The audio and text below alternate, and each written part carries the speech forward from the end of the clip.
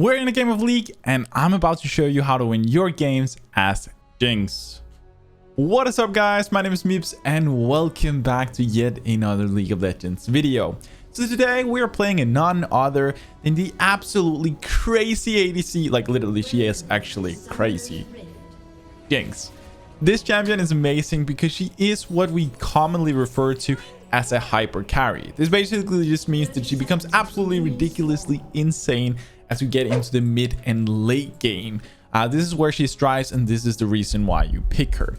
Anyway, before we get too much into the whole video, I just want to explain what the purpose of this video is, and that is to teach you guys how to play this champion in the early, mid and late game. So the overall strategy for the champion and also some of the usages of her abilities, how you want to be using them to optimize your chances of carrying the game. So yeah, that's basically the whole purpose. If you guys are new on the channel, then I would greatly appreciate it if you go down below, click that subscribe button, join into our awesome community. And if you by any chance find this video helpful or informative or entertaining or something, then make sure to hit the like button. It really does help me out. And lastly, if you want to hang out with me on stream, go to twitch.tv/MipZ_live. Anyway, we're just going to jump into this game. It's going to be quite exciting one, hopefully. We are playing against a Various Enemies Fortune, which is kind of a weird comp, but I think it'll be pretty fun nevertheless. We're playing with a Syra, which is actually not a terrible synergy for Jinx. The thing with Jinx is that she works really well together with champs or supports that has stuns or snares. In this case, we have a little bit of both. Her ult kind of knocks people up, and she also has a snare. So like the synergy here is not terrible. It isn't my favorite, but it definitely works. So in terms of playing Jinx, we kind of have two ways that we prefer to play.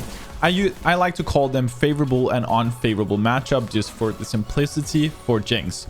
So in favorable matchups, we want to sit and try and play the game or the match where we're sitting around the mid part of the lane. Because when we're here, we're sitting in a scenario where it's fairly easy for us to farm, and also we don't have to worry as much about their jungler running us down because we're somewhat safe. And if we catch them on the wrong foot with a snare or a stun or something else, then we can go ahead. Oh, I was a little too slow. Then we can go ahead and actually run them down, and we won't be obstructed by the enemy turret too quickly. Of course, this gives them equal chance the other way, but we want to play around or opportunities as well. And especially if we have some room to work with, we can utilize, if we kill one of them, we have this increased movement speed that allows us to also run the other one down. All right, so that's basically in the favorable that we want to try and play it there. This is not always the case that's possible, and what we instead can do if we're playing, oh, this might be really gonna try and see if we can go and at least put down a ward just so we know when they're coming back. I feel like it's good or teammate backed out. All right, this is of course not always possible to play right here. Sometimes the enemy will push really hard and you'll be forced to sit and farm under the turret. This is not necessarily terrible. Like Jinx is she's not the easiest to farm under the turret, but she's definitely not the hardest either. Because of your minigun, you can pretty quickly get 2 autos in, which means that if you pre-fire on one of the ranged minions, then even though it's taking a turret shot, you'll be able to get the kill on that minion even before you get your first couple of items. Jinx is one of those champs that overall, especially as you get a few items, she becomes extremely easy to farm on, which is one of the reasons why she's also really great for people wanting to climb as well. Like she's just very, very, very easy to pick up farm, especially as you get a hurricane or something along those lines. All right, so for the favorable favorable matchups, in general speaking, we want to try and hold it in the mid part of the lane such that we have some room to work with. If they push us on their turret, we just want to farm safely. With Jinx, we're not picking this champion to win the early game. We're picking it for her mid to late game. This is quite important to understand. I'm not saying that you shouldn't go for kills and you're not able to get kills in early game. I'm just saying this is not the reason why you're picking her. It really, really isn't. All right, we should be able to hopefully pull this off.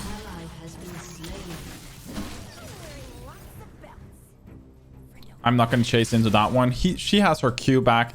If I go for this kill, it's going to be too risky and I'm probably going to die from it. So we'll back off. I don't know where their jungler is either. He might be topside, but I'm not going to risk anything here. Instead, I'm just going to back off. It ended up being a 1-for-1. I'm okay with that. We'll back off. We'll get ourselves a longsword and a dagger. I could have flashed after this misfortune, and maybe I should have, but it was like in this scenario where I don't really know how long there's left of her Q, and I actually didn't notice her mana. If she was out of mana, then I could probably have done it pretty safely, but if she had her Q back, it could be a huge loss for me. Like there's no point taking that risk. So instead, I just backed out, chose to do the safe thing. And as I said, holy, there's a lot of people here. He's level 6, so we got to respect him just a tiny bit. There we go. We'll remove this one. We'll put on our mines as well. Nice. All right. But for Jinx, we are picking this champion for her mid to late game. And this basically means like that. And I just want to clarify one thing. This is actually the reason why she's such a good champion to carry games with, is because especially at lower elos like pre-plat, games have a tendency to really often prolong a lot longer than they should. And then a champ like Jinx that can literally go ahead and basically solo carry. Like, she can do so much damage, AoE damage, and take down an entire team. She can be devastating with her slow from your W. We'll see if I can do a usage of it here.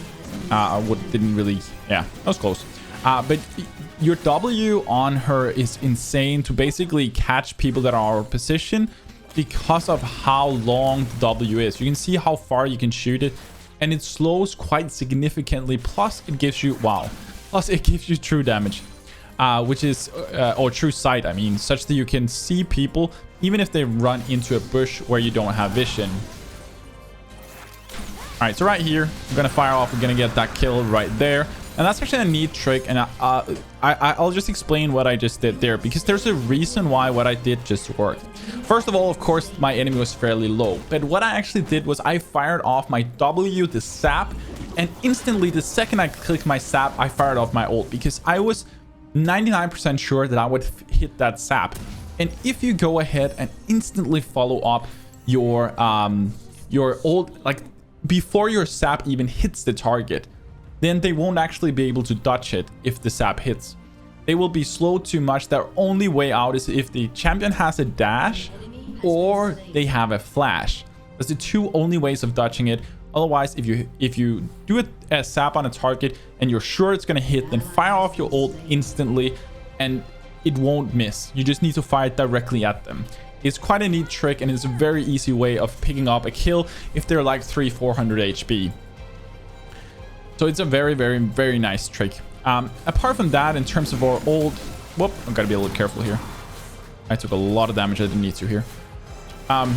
In terms of our ult, if we don't do a trick like this, unless we're in like a big hectic fight where people are not directly like looking at me, like in these 2v2 skirmishes, then generally speaking, I want to run away. Like if I wanted to fire an ult, let's say that Varus is low here, then in my position here, what I would do is run back to the turret and fire my ult from here, because this would allow me to be out of vision such that they couldn't see my charge. There's quite a very easy recognizable animation on the ult from Jinx that just makes it super easy to be like, okay, I need to move now, or I need to be ready with my flash. Ouch, that was painful.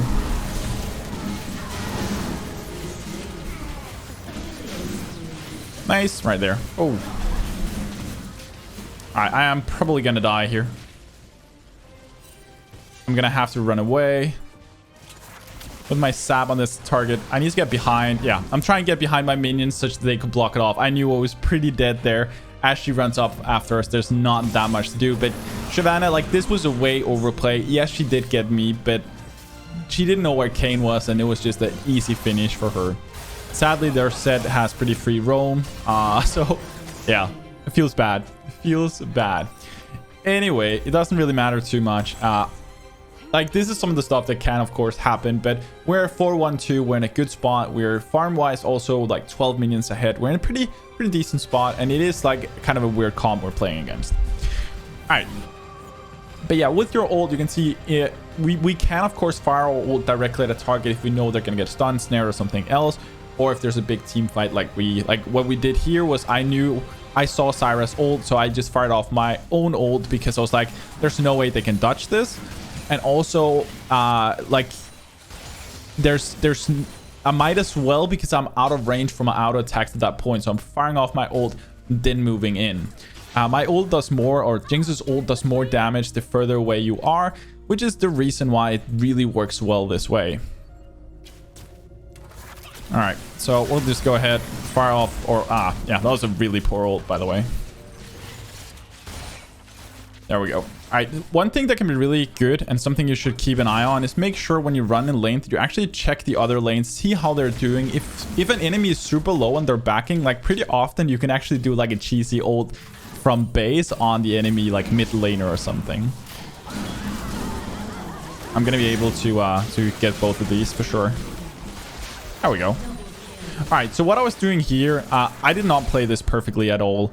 The thing is that as my support got caught, I used my flash to get in a better position, and I knew the second I get one of them down, I get the get excited passive ability from Jinx, which gives us a lot of movement speed and attack speed. And this means that I would be able to very easily duel the other their support, aka their misfortune, when this happens. So that's basically just what I did. It was quite a simple play that works really well, and especially as we're getting pretty fed, it was very easy to do. But let's talk a little bit more about the laning phase. I feel like there's a few things that we need to kind of explain a little bit more. So in terms of the favorable and unfavorable matchups, the way you want to be playing the laning phase is that you want to try the best of your ability to just farm up. You are what I refer to as a follow-up ADC, meaning that you are not really good at initiating fights. You need someone to do it for you.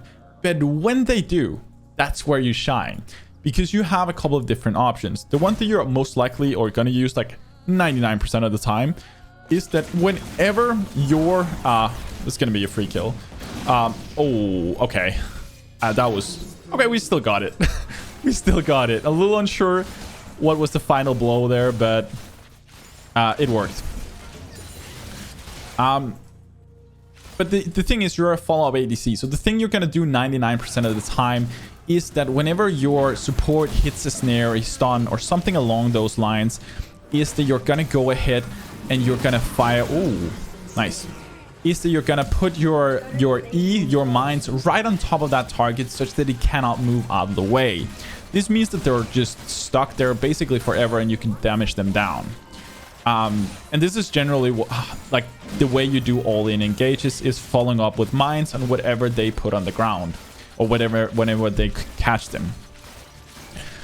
Apart from this, then what you want to be doing is that you want to try and poke your enemies as much as you can throughout the laning phase. You do this by either firing directly your rockets, using your rockets on them, or even better is pretty often just using your rockets on the back minions.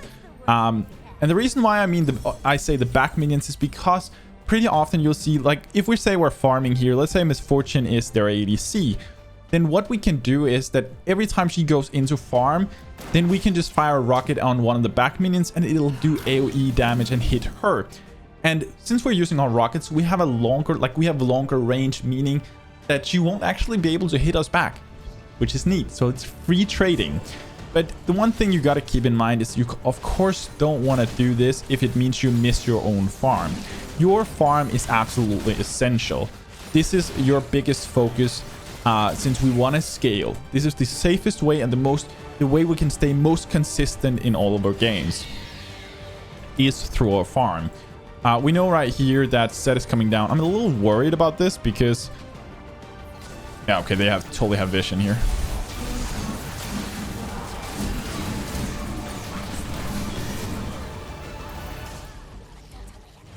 Okay, so I put my mines up here, hoping that Set would be dumb enough to jump down onto... That's a free kill. I'll take it. And now we get the Get Excited. As you guys can see, this is where JINX just becomes absolutely ridiculous. There we go. Let's get that triple. Also with JINX, and this is where a decent and a really good JINX player really sets apart, is learning how to attack move while having your Get Excited, your passive, because you start moving so quickly and have so much attack speed. So learning this is really essential to becoming a good JINX player, to optimize your damage, to learn how to kite while having this absolutely ridiculous movement speed that the enemy just like literally cannot catch you. All right, anyway, for the laning phase, try and poke up down your opponent, follow up on what your support does, or if your jungler comes down. JINX, generally speaking, is best when played with something that has some kind of crowd control, because it just makes it so much easier. Whenever your Leona uses her jump stun, then you put your mines on top of it. And then whenever they run away, you use your W. And throughout poking, you use your W and you use your rockets to fire them on back minions or directly on them. Generally speaking, it's very rare you want to poke using your minigun, because using minigun means that you are effectively trading damage and you are taking damage yourself as well. And we of course don't want that. All right, one thing I'm a little worried about is I think that Set... Okay, he's not moving down here. I thought he would be. Okay, but yeah, that's basically what you want to do in the early game. I feel like now we have to kind of move on, talk a bit more about the mid to late game. How do you actually play this? Well, once we go to the mid game, generally speaking, we want to move to the mid lane. And the reason why we want to do this, I've talked about this for a lot of other ADCs, but it's basically that if we are in the mid lane, then we're actually able to move much more effectively to all of the objectives on the map. Meaning that we can go for the Drake, we can go for the Rift Herald, we can go for the Baron, like depending on how far into the game we are. I'm gonna try and see if I can make my my mid laner go bot. And I'm gonna try and ask her. Not all of them want to do it, and this means that effectively, if she doesn't want to do it, we're gonna have to rotate there, because it's not worth for all of us. Oh, that was painful. It's not worth for all of us to stay in the same lane, because we're losing it out on way too much gold and way too much XP. All right, so I'm taking an ult on this guy. I'm a little careful here because I do respect our Shyvana. She's apparently hurts quite a bit. All right, so Orianna doesn't really want to move away. We lost a free turret. I probably should have gone down there earlier. All right, seems like she's going down there now for some... Yeah, she needs to catch up the wave. Anyways, doesn't really matter. As I'm saying, here in the mid game, us being in the mid lane together with our support is ideal, because it makes it a lot easier for us to help or other lanes. It makes it easier for us to help around objectives, because once we are in the mid game, our primary concern is not getting a lot of kills. It is making sure that we're present for key objectives. This means the Baron, the Drake. We need to be with them if there's a team fight over an objective. Not just you, but you still want to make sure that you avoid random team fighting. There's no point just playing team deathmatch. We want to have fights where there's an objective. That's the fights we take. We don't take all objectives, or we don't take all fights. If there's no objective, then farm. Get farm. Find ways of finding gold. See right here, I'm like, there's no wave. I see my Kayn is down here, so I'm gonna go ahead and take Raptors. Okay, nice. At least we got that guy down. So you can see how I'm constantly looking for ways to find gold. This is my primary concern, is making sure that I get gold. Because if we get to our third item, we're gonna start being extremely hard to deal with, which we already are. We're really fed in this game, but once you get to that third item, you are an absolute beast on JINX. Like, she is absolutely freaking ridiculous. The one thing that I'm like not happy about is I'm constantly sitting here right now sharing gold with our mid laner. I might have to rotate pretty soon if this keeps going on. All right, next Drake is coming up. Or jungler just died. This is kind of unfortunate timing. All right, I'm gonna go down here. I'm gonna shove this lane, and then I think we might have, like, seeing as our jungler's dead, we might as well back a little late because we need to wait for him regardless. So I'm gonna shove this, and then we'll back out really quickly. There we go. We'll back, and now we'll spend all the gold we have before the next objective. This is quite important, especially on ADC, since we're very, very item and gold dependent, is that we make sure, if we can, there are of course scenarios where this is not doable, but if we can, we want to make sure that we go ahead and back before a big objective, before we know a fight is upcoming, because we want to make sure we've spent all our gold so we can do as much damage as humanly possible. So yeah, as we move down here, let's talk a little bit about how we want to be fighting. How do we team fight on JINX? Well, the way we do it is basically that we stay on the back line. We stay as far back as we possibly can. And when the fight breaks out, we stay as far back as possible. And if they have stuff that can reach us, or we know is going to try to run us down, then what we're going to do is that we're going to swap to our rockets, and we're going to use that to increase our range even further. This is quite important because this means that they're going to have to use a lot of resources in order to get to us, because we outrange basically all of them. So this is going to effectively be really, really nice. Okay, we know Zed is right in there. He's in that bush. He was, at least. He's right there. All right, very nice. Which means we're effectively going to be really hard to deal with. Don't underestimate your W while fighting. The way you want to be the target you want to prioritize when fighting is that you always want to go for the closest target to you. If it's close enough for miniguns, you use minigun. If it's too far away for minigun, you use your rockets. The minigun is the highest single target damage you can do. This thing deals a ton of single target damage. And also, when you get Hurricane, you can deal it to 3 targets. But if they're stacking up a lot of, if they're stacking up several players, then there are scenarios where your rockets will be better due to the pure AoE of it, and you can literally shred the whole team using that thing. This is also where the rapid Firecanon really comes into play. It's an absolutely insane tool to have on this champion. So it's really something you got to think about. And you can see right here how I'm staying back. I'm trying to stay as safe as I can. And I'm not going to go for... Whoop. I'm trying to stay as safe as I possibly can. And I'm using my range with the rockets, my AoE. And at the beginning of the fight, because I knew there was this much, there's Shyvana wanted to get to me, Teemo wanting to come in, Zed wanted to jump on me. Then I'm staying as far back as I can. I actually started off by using my ult to stay out of their range, to stay out of their scope, where they, like, if Zed needed to reach me, he needed to use his shadow, use his flash, and then use his ult to even, like, get to me. And by that time, he would probably get stuck in some kind of CC along the way. So with JINX, it's very important to think of this. Think of how you use your ability, which position you're putting yourself in.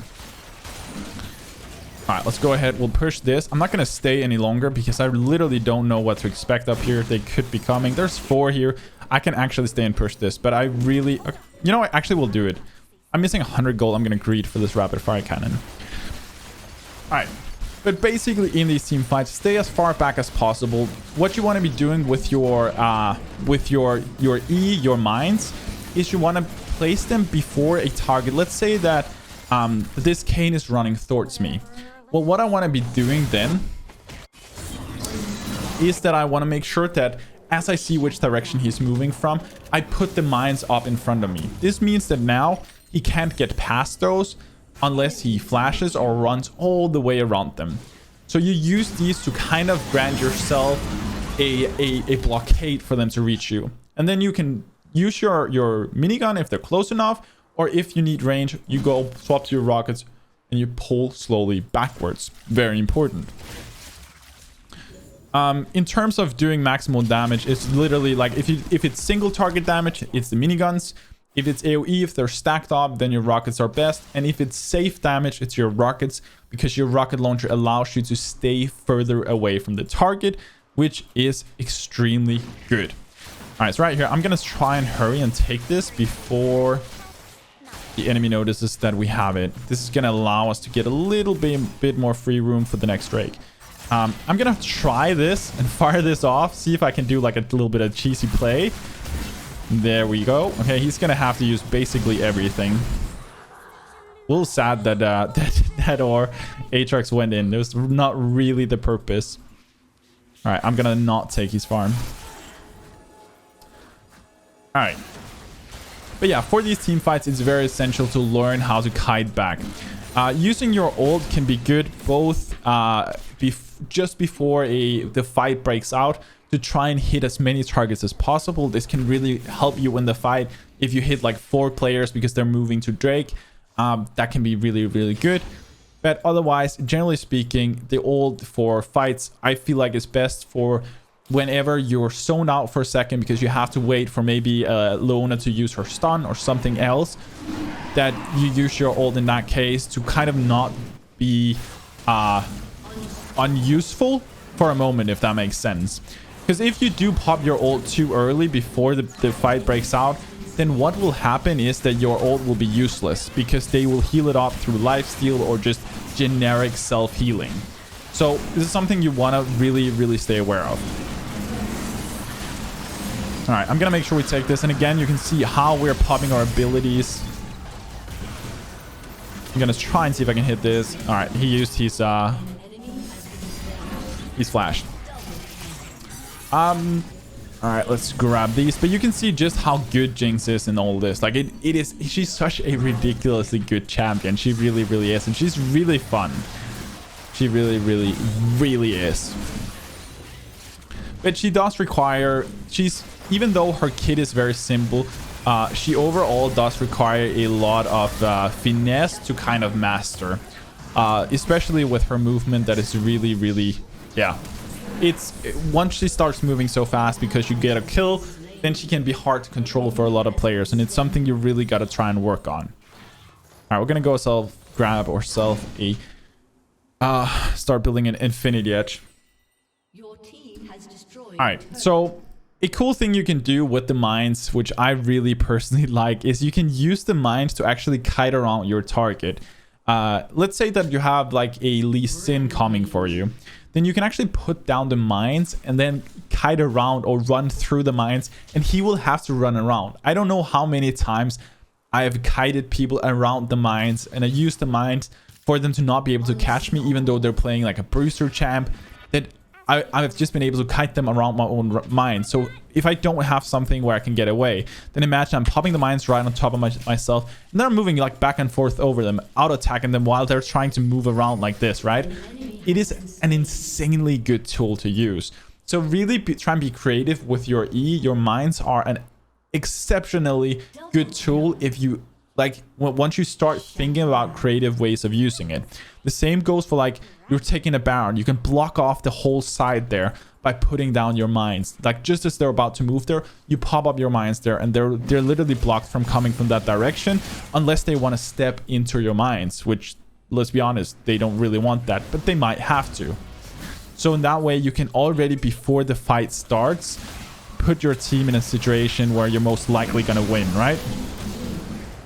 And right here again, I can see when we can see that we're gonna hit our W, and I know they're pretty low, then especially as we have rapid fire cannon, I can do a W, instantly ult so that ult hits, into swap to my rocket launcher, get this increased range with rapid fire cannon, and fire a 1 rocket right in his face afterwards.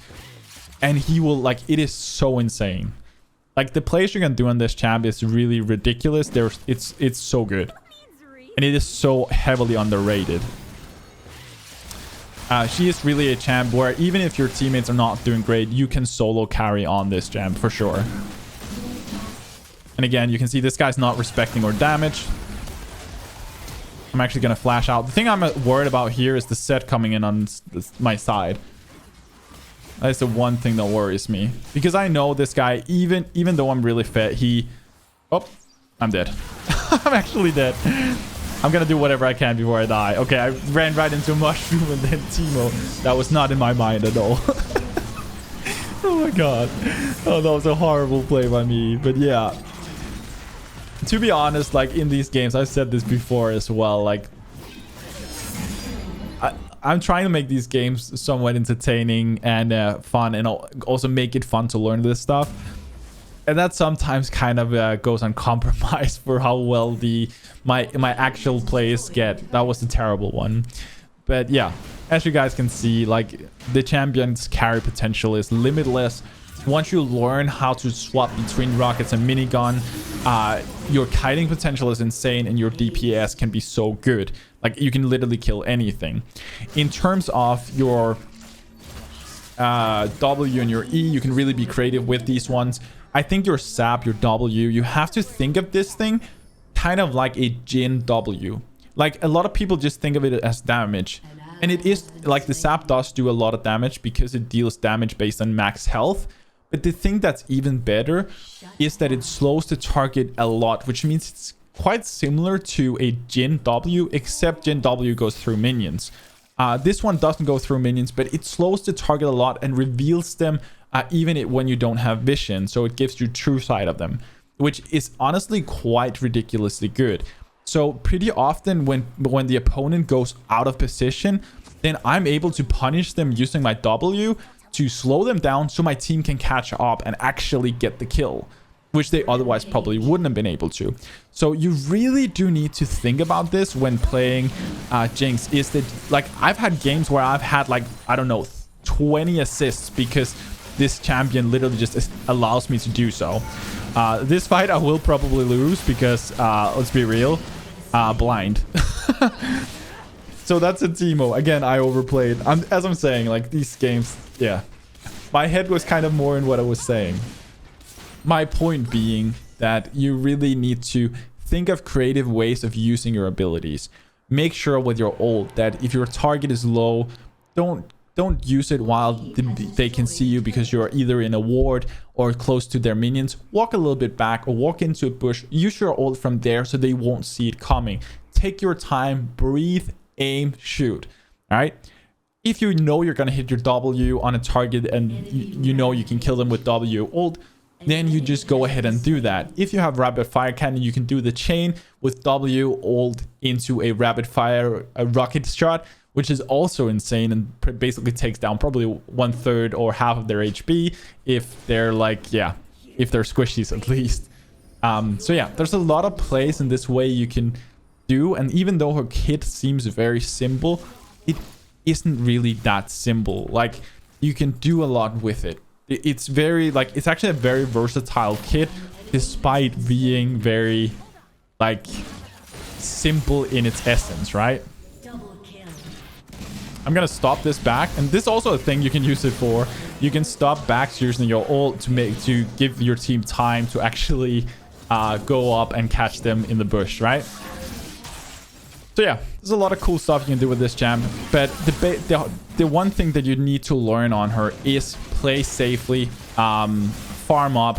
You're playing for the late game. Right here against the set, I know I'm dead, but the first thing you see me do is put down mines. So the second that he goes out of his ult, he's stuck in those mines. And yes, I might die, but it is going to ensure that my teammates are going to get that kill. So he's not going to get away.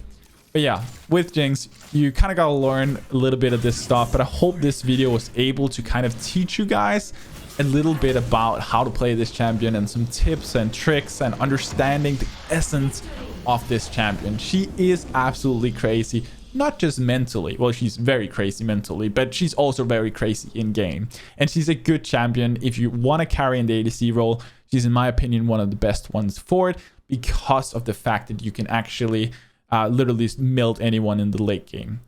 But yeah, I hope you guys found this helpful. If you did, make sure to smash that like button. It really does help me out. And if you haven't already, then go ahead, go down below, subscribe to my channel. I would greatly appreciate it. I would love to have you along for this journey, aiming for 100,000 followers sometime in the future, which would be absolutely ridiculous. And lastly, if you want to hang out with me live, go to twitch.tv/MipZ_live. But that is going to be it for this one. As always, stay awesome, have fun, and take it easy, guys.